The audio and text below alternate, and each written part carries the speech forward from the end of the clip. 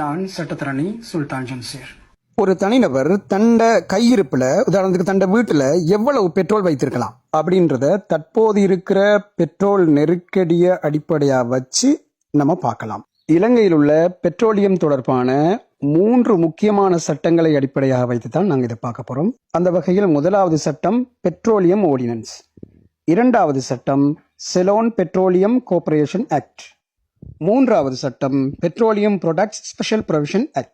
இப்ப நம்ம விஷயத்துக்கு வந்துடலாம். ஒரு தனிநபர் தன்னுடைய கையிருப்பில், உதாரணத்துக்கு வீட்டுல எவ்வளவு பெட்ரோல் மேலதிகமா வச்சிருக்கலாம். எங்க மேலதிகமா வச்சிருக்கலாம் அப்படின்னு சொல்றது என்னன்னா, இப்ப நாங்க எங்கிட்ட பைக் இருக்கு, பைக்ல நாங்க ஃபுல் டேங்க் அடிச்சுக்கலாம், அது பிரச்சனை இல்லை. அதுக்கு மேலதிகமா நாங்க எவ்வளவு வச்சிருக்கலாம் அப்படின்றது கேள்வி.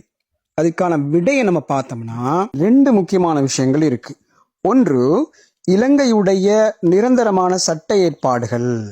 அடுத்தது, நெருக்கடி காலங்கள்ல பெட்ரோல் நெருக்கடி வரும் இல்லையா, தற்போது ஈரான் அமெரிக்க போரால வந்திருக்கிற நெருக்கடி போல, இப்படி பெட்ரோல் நெருக்கடியான காலங்கள்ல அரசாங்கம் இடுகின்ற ஒழுங்கு விதிகள். இந்த அரசாங்கம் அப்படின்னு சொல்ல வலுசக்தி அமைச்சு, மற்றது இலங்கை பெட்ரோலிய கூட்டுத்தாபனம், இந்த 2ம் இணைஞ்சு சில ஒழுங்கு விதிகளை இந்த மாதிரியான நெருக்கடி, பெட்ரோல் நெருக்கடியான டைம்கள்ல சொல்லுவாங்க. இப்படி இந்த 2யுமே நாங்க உன்னிப்பாக ஃபாலோ பண்ண வேண்டிய கட்டத்தில் இருக்கிறோம். முதலாவது, இலங்கையுடைய தற்போது இருக்கிற நிரந்தரமான சட்டம் என்ன சொல்லுது. அதுக்கு பிறகு இப்ப 2026 மார்ச் இந்த காலப்பகுதியில் அரசாங்கம் விடுத்திருக்கிற பெட்ரோல் தொடர்பான ஒழுங்கு விதிகள் என்ன சொல்லுது அப்படின்னு 2யும் பார்க்க போறோம். முதலாவது சட்டம் என்ன சொல்லுதுன்னு பார்க்கலாம். பெட்ரோலியம் ஆர்டினன்ஸ், இந்த சட்டத்தின்படி ஒரு தனிநபர் தன்னுடைய கையிருப்புல 3 கேலன்ஸ் வச்சிருக்கலாம், 13.6 லிட்டர் அப்படி வரும். அப்ப இந்த சட்டத்தின்படி ஒருவர் தன்னுடைய வீட்டுல மேலதிகமா 13.5 லிட்டர் வச்சிருக்கலாம், எந்த பிரச்சனையும் இல்லை. இப்ப சொந்த பாவனைக்கு நாங்க வச்சிருக்கிறத ரொம்ப பாதுகாப்பா வச்சிருக்கணும், அது ரொம்ப ரொம்ப முக்கியமானது சட்டப்படி. அதே நேரம் இதற்கு மேலதிகமாக நான் எடுத்து பிசினஸ் பண்ணணும், ஒரு ஒபிஷியலா பிசினஸ் பண்ணணும், பெட்ரோல் அல்லது இறக்குமதி செய்யணும், ஏற்றுமதி செய்யணும் அப்படின்னா அதற்கே உரிய நிபந்தனைகளுடன் நாங்க லைசன்ஸ் பெற வேண்டி வரும். இது தொடர்பான சட்ட ஏற்பாடுகளை petroleum products special provisions act அப்படின்ற சட்டம் கொண்டிருக்கிறது. அன்புக்குரியவர்களே, ஒரு தனிநபர் தன் கையிருப்புல எவ்வளவு பெட்ரோல் மேலதிகமா வச்சிருக்கலாம் அப்படின்றதுக்கான சட்ட ஏற்பாடு இதுதான். இதுக்கு பிறகு நாங்க பார்க்க போறது 2026 மார்ச் மாசம் நம்ம அந்த வீடியோ பேசிட்டு இருக்கோம்.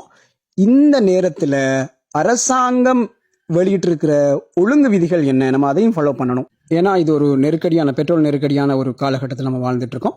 ஸோ நாங்க அரசாங்கம் வெளியிட்டிருக்கிற ஒழுங்கு விதிகள் என்ன, அது சம்பந்தமா இப்ப சுருக்கமா பார்க்கலாம். இலங்கை பெட்ரோலிய கூட்டுத்தாபனமும் வலுசக்தி அமைச்சும் இணைந்து தற்போது இருக்கிற இந்த பெட்ரோல் நெருக்கடி காலத்தை மையமாக வைத்து சில ஒழுங்கு விதிகளை எங்களுக்கு சொல்லியிருக்காங்க. இப்படி இவங்க எங்களுக்கு ரெகுலேஷன்ஸ், இந்த ஒழுங்கு விதிகளை சொல்றதுக்கான அதிகாரம் இவங்களுக்கு எங்கிருந்து கிடைச்சது அப்படின்னா, நாங்கள் ஏற்கனவே சொன்ன இலங்கை பெட்ரோலிய கூட்டுத்தாபன சட்டம், இந்த சட்டத்தின் பிரிவு 5 மற்றும் பிரிவு 66 செக்ஷன் 5 செக்ஷன் 66 என்பவற்றுக்கு இணங்கவே இந்த அதிகாரம் இவங்களுக்கு கிடைச்சிருக்கு. அப்ப இப்ப இருக்கிற பெட்ரோல் நெருக்கடி காலம், இந்த அவசர கால ஒழுங்கு விதிகளை நம்ம ஃபாலோ பண்ணணும். இந்த ஒழுங்கு விதிகளின் படி இப்ப எங்க வாகனத்துக்கு தேவையான பெட்ரோல் நாங்க எங்க வாகனத்தில் அடிச்சுட்டு வரலாம், அது பிரச்சனை இல்லை. ஆனா மேலதிகமா பெட்ரோல் வாங்கி வீட்டுல பதுக்கி வைக்க முடியாது. அப்படின்னா நீங்க கேட்கலாம், சார் இப்ப விவசாய தேவை இருக்கு, மீன்பிடி தேவை இருக்கு, இப்ப தொழிற்சாலைகள் இருக்கு, இப்ப இந்த டைம் என்ன செய்யலாம் அப்படின்னு கேட்டீங்கன்னா அதுக்கு நீங்க அனுமதி கட்டாயம் பெறணும். அப்படி நாங்கள் தற்போதுள்ள இந்த அவசர கால விதிகளை நாங்க ஃபாலோ பண்ணலைன்னா நாங்க வீட்டுல வச்சிருக்க, அனுமதி இல்லாம வச்சிருக்கிற அந்த பெட்ரோலை, அந்த டீசலை போலீசார் பறிமுதல் செய்யலாம், அதற்கு அவர்களுக்கு அதிகாரம் இருக்கிறது.